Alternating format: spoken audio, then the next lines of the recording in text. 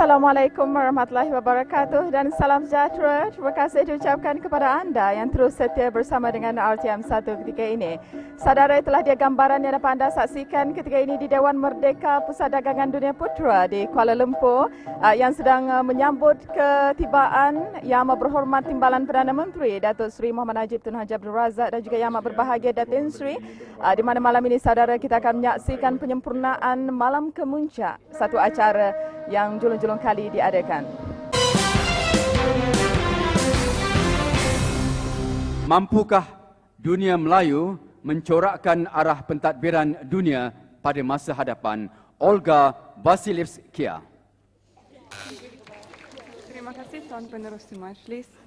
Yang saya sanjungi panel hakim yang arif lagi bijaksana. Yang dihormati div kehormat. Sidang hadirin yang dikasihi sekalian. Selamat malam dan salam sejahtera. Perubahan abad dan milenium yang berlaku pada hari ini diramalkan akan membawa gelombang perubahan yang besar dalam segenap aspek yang ada. Lantas, pada hari yang mulia ini, saya tampil untuk menyampaikan sebuah pidato yang bertajuk Mampukah Dunia Melayu mencorakkan arah pentadbiran dunia di masa hadapan? Hadirin sekalian, dunia Melayu diketahui meliputi Kepulauan Melayu, yaitu tempat letaknya negara-negara seperti Malaysia, Indonesia, Singapura, Brunei, Filipina, dan sebahagian daripada Thailand, Vietnam, dan Kamboja. Pada hari ini akan saya kupas tajuk pidato saya sebagai satu persoalan. Sama ada dunia Melayu yang kita kenali ini mempunyai kemampuan dan kebolehan untuk menetapkan hala tuju politik, ekonomi, sains dan teknologi, serta keselamatan dan keamanan dunia di masa hadapan. Warga Dewan yang dihormati, kunci kejayaan dunia Melayu pada hari ini ialah kestabilan politik yang didukung oleh kebijaksanaan dan kewibawaan para pemimpin wilayah ini. Datuk Seri Abdullah Ahmad Badawi, Presiden Indonesia Susilo Bambang Yudhoyono, Perdana Menteri Singapura Lee Hsien Loong adalah antara pemimpin wilayah ini yang sedang berusaha membangunkan dan meletakkan negara masing-masing supaya duduk sama rendah, berdiri sama tinggi dengan kuasa-kuasa besar dunia. Politik yang stabil di rantau Melayu inilah yang mampu menjadi modal kepada dunia luar dalam usaha mencorakkan arah pentadbiran dunia. Hadirin sekalian, beralih kita ke aspek ekonomi. Pada saat ini, masyarakat dunia telah diwar-warkan bahwa rantau ini merupakan surga emas para pelabur. Singapura memiliki GDP per kapita kelima tertinggi di dunia yang merangkumi bidang ekspor, perindustrian, perkhidmatan, dan kreatif. Usaha ini menjadikan negaranya sebagai salah sebuah negara yang dikenali sebagai harimau Asia. Jika kita imbas kembali kegawatan ekonomi yang membelenggu rantau ini sedekat lalu, Malaysia adalah antara negara yang diinkas bangun memulihkan ekonominya tanpa bantuan asing dan telah menjadi contoh dan modal terbaik buat negara-negara lain.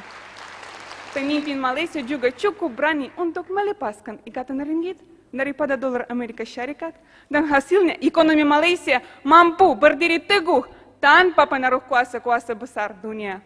Inilah beberapa bukti bahwa dunia Melayu bukanlah calon-calon kuasa yang ternyata sudah matang dan mampu bersaing dalam arus ekonomi dunia.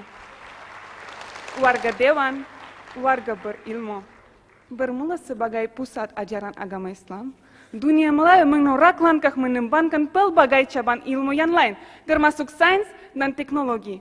Usaha ahli saintis dan teknokrat tempatan tidak wajar dipandang remeh.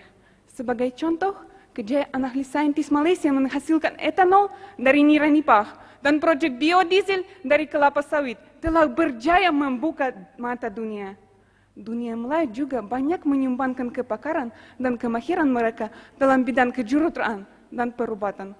Usaha dan minat yang ditunjukkan oleh Malaysia untuk menceburi dan membangunkan teknologi nano dan teknologi bioperubatan amat membanggakan.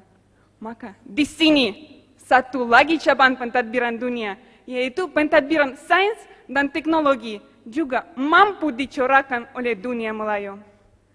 Hadirin sekalian, isu keselamatan dan keamanan dunia telah acap kali diperkatakan. Perdana Menteri Malaysia selaku penerus OIC telah bangkit dengan konsep Islam Hadari bagi menepis tohmahan-tohmahan tidak berasas masyarakat dunia yang dimomokkan dengan Islamofobia. Konsep Islam Hadari telah menggariskan beberapa aspek seperti menolak kefahaman ekstremis serta keganasan dan menjadikan ilmu sebagai modal insan kepada setiap orang. Dan kini juga diwujudkan Tribunal Jenayah Perang Kuala Lumpur. Ide Cetusan Tun Mahathir ini adalah untuk melabel pemimpin-pemimpin yang menanjurkan keganasan sebagai penjenayah perang bagi menunjukkan kebejatan yang dilakukan ke atas yang tidak berdosa. Pendekatan sebegini justru dapat mengembalikan kepercayaan masyarakat dunia terhadap keselamatan dan keamanan di rantau ini. Hadirin sekalian, sudah terang lagi bersuluh, potensi yang ada pada dunia Melayu bukanlah omongan kosong lagi. Dengan usaha yang berterusan, kemampuan rumpun ini mencorakkan arah pentadbiran dunia tidak dapat lagi disangkal, apatah lagi diragui.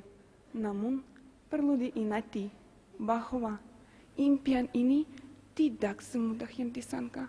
Karena cabaran dari dunia luar senantiasa menanti. Walau apapun yang bakal berlaku adalah diharapkan dunia Melayu akan menambahkan kuasa-kuasa adil dan saksama di persada antara bangsa, seterusnya menyumbang ke arah kemakmuran dunia sejagat. Bersilat kuntau, membela diri, seteru tergetar, angkat kaki, segala keraguan tolak ke tepi. Kepimpinan dunia Melayu sudah terbukti. Sekian.